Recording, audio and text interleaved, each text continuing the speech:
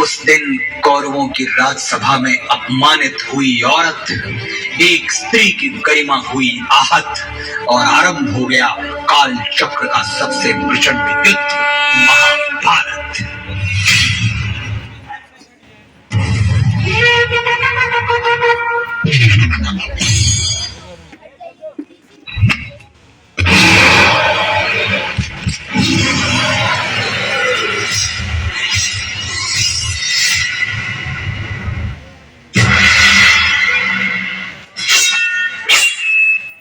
आरंभ है प्रचंड,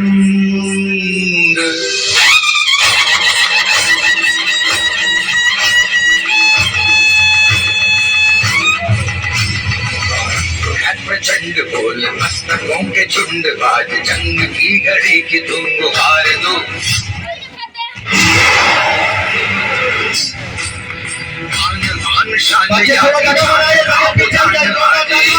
के बाण पे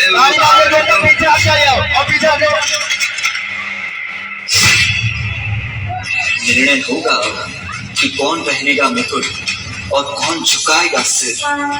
अब चल पड़ा सारथी कृष्ण का रथ और बरसेंगे अर्जुन के तीर।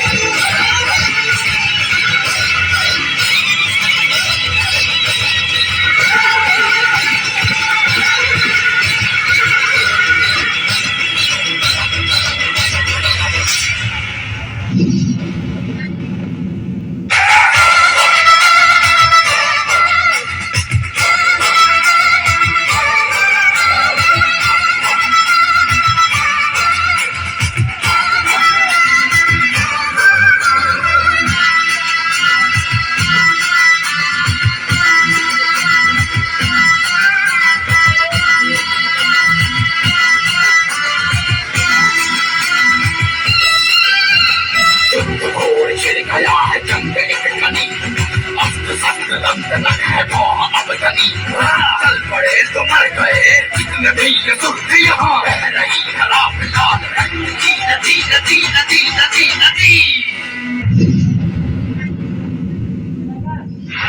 मेरे भाई मेरे शत्रु बनकर सामने खड़े हैं और गुरु द्रोण पितामह मेरे पूजनीय और बड़े हैं।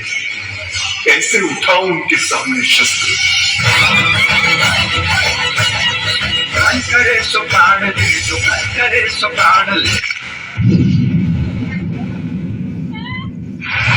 वही तो एक सर्वशक्तिमान है, विश्व की पुकार है, ये भागवत का सार है, ये युद्ध ही तो वीर का प्रमाण है। कौरवों की भीड़ हो या पांडवों का नीड़ हो, जो लड़ सका है वो ही तो महान है।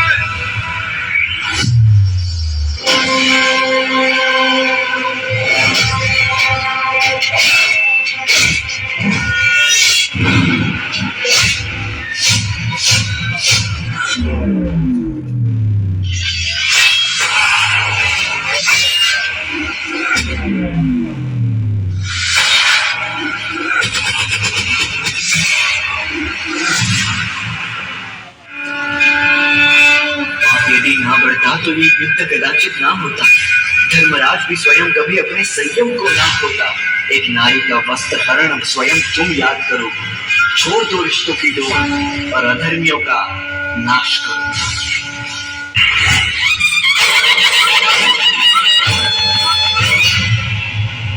आरंभ है प्रचंड, आरंभ है प्रचंड बोल मस्तकों के झुंड, आज जंग की घड़ी की तुम गुहार दो। शान या की जान का उदान बाजी, धनुष के बाण पे उतार दो। आरंभ है प्रचंड, आरंभ है प्रचंड, आरंभ है प्रचंड।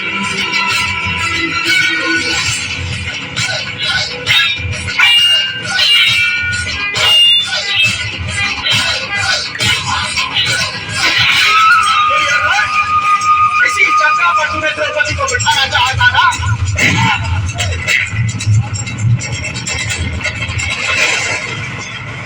जब जब स्त्री का अनादर हुआ, इतिहास की लिपि बदल गई। एक दुशासन ने द्रौपदी का आंचल खींच लिया, कुरुक्षेत्र में 100 भाइयों की चिता जल गई। नियति साक्षी है कि जो स्त्री का आदर भुला देता है, समय उसे मुट्ठी भर राख बना के हवा में उड़ा देता है। यत्र नार्यस्तु पूज्यन्ते रमन्ते तत्र देवता।